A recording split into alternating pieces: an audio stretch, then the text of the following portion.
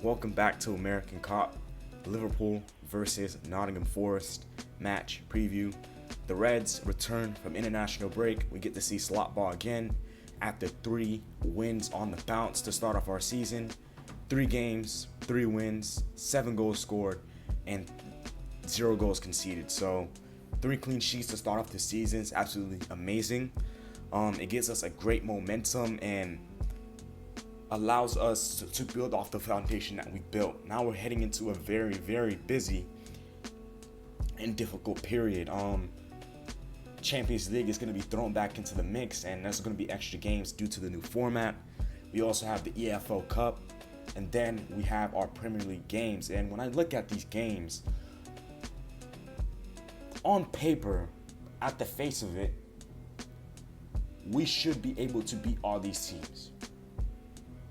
We can, but it's not like we're going against a Man City or Arsenal or one of those huge big teams, Big Six. We are going against Chelsea, but that's later on down the line. Most of the matches are not like that, despite except the Champions League and then obviously Chelsea. You know what I'm saying? We got those tough Premier League games, and they aren't difficult or hard games. We are supposed to win these games, but they are very, very tricky games. Nottingham Forest provide a very, very tricky challenge because of their defensive solidity, their ability to hit on the counterattack and defend well. I think they are unbeaten to start off the season. That's what I heard, if my memory serves me correct. So they have momentum as well. They're going to be looking to come to Anfield and be motivated to keep that unbeaten run.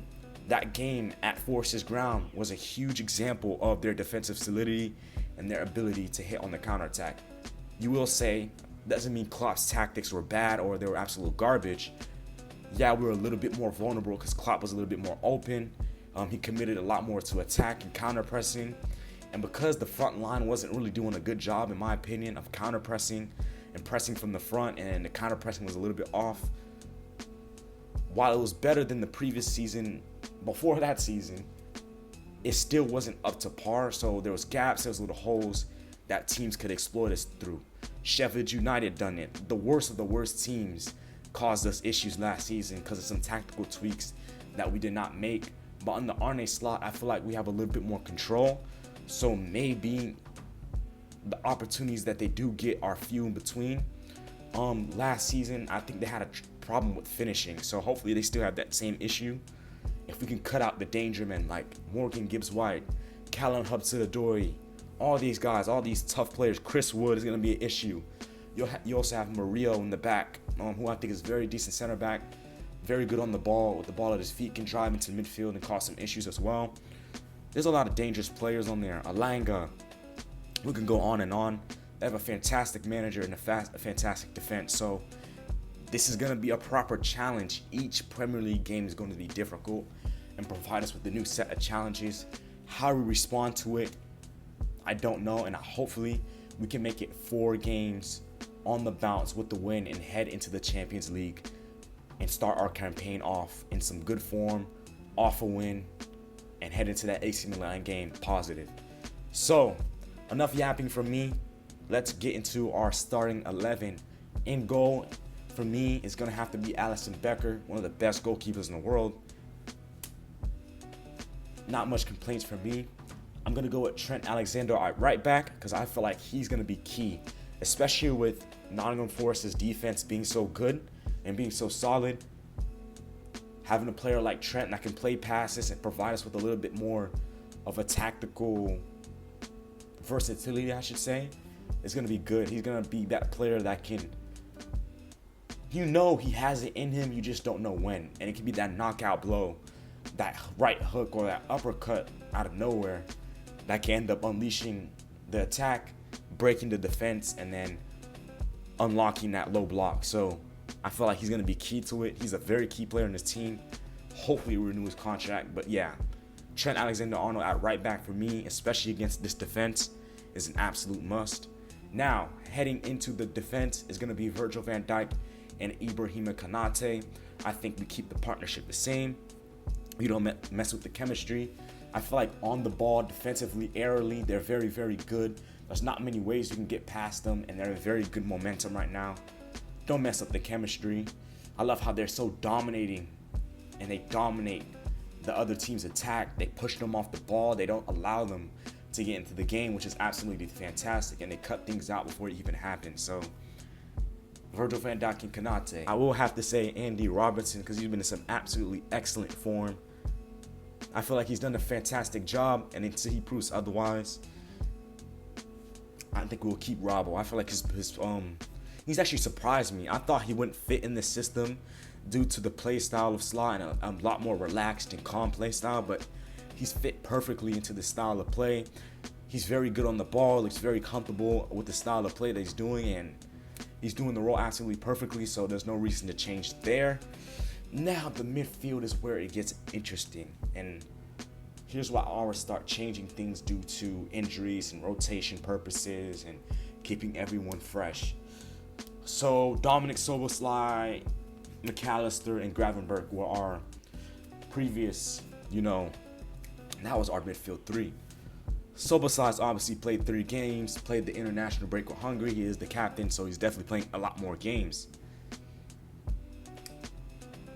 Harvey Elliott's injured, so we can't bring him in for this game. Gravenberch is doing well. I think I want to still keep him in there and get good performance out of him. And then McAllister is coming off of a little bit of a knock he had in Argentina training, and I think he only played 20 minutes in the Colombia game. So some of you may be like, oh, he's all right, just put him in there, whatever the case may be. I do not know, but my midfield 3 will be Gravenberch, Gravenberch, Jones, and Dominic Szoboszlai. I like to see him get subbed off as well at the end of the game, depending on the scoreline. Hopefully, if it's a good scoreline, 2-3-0, sub Dominic Szoboszlai off and get him a rest. On the right, we're going to go with Salah. Through the middle, Diogo Jota. And then on the left, obviously, Luis Diaz. The reason why I've made a change to that midfield spot, I'm really concerned about McAllister. Especially after the season he had last season. I want to rotate and keep him fresh. It's going to be interesting to see how Slot rotates the team. And it's going to be interesting to see how many plans does he have. Because obviously, we've seen the lineup that we have now: Konate, Robertson, Van Dijk, Trent, Alisson, McAllister, Gravenberch, Szoboszlai, Salah, Luis Diaz, Diogo Jota. But we haven't really seen the second string team or the impact players off the bench come together and really throw some things together. So it's going to be interesting to see how they perform this season. I'm very, very excited to see that. I feel like it's going to be interesting to see, does Slot have a plan B? Or is it just that system that we play in that starting 11, plan A? And then obviously rotate and bring on some substitutes. It's going to be interesting. This period for me is going to let us know a lot of things. And I'm not saying we're going to win the league, but if we get through this period with a hell of a lot of wins and not many points dropped, I'm definitely saying we have a good foundation to go on and win this Premier League title. Despite what you think, we did poor in the transfer window, blah, blah, blah, blah, blah.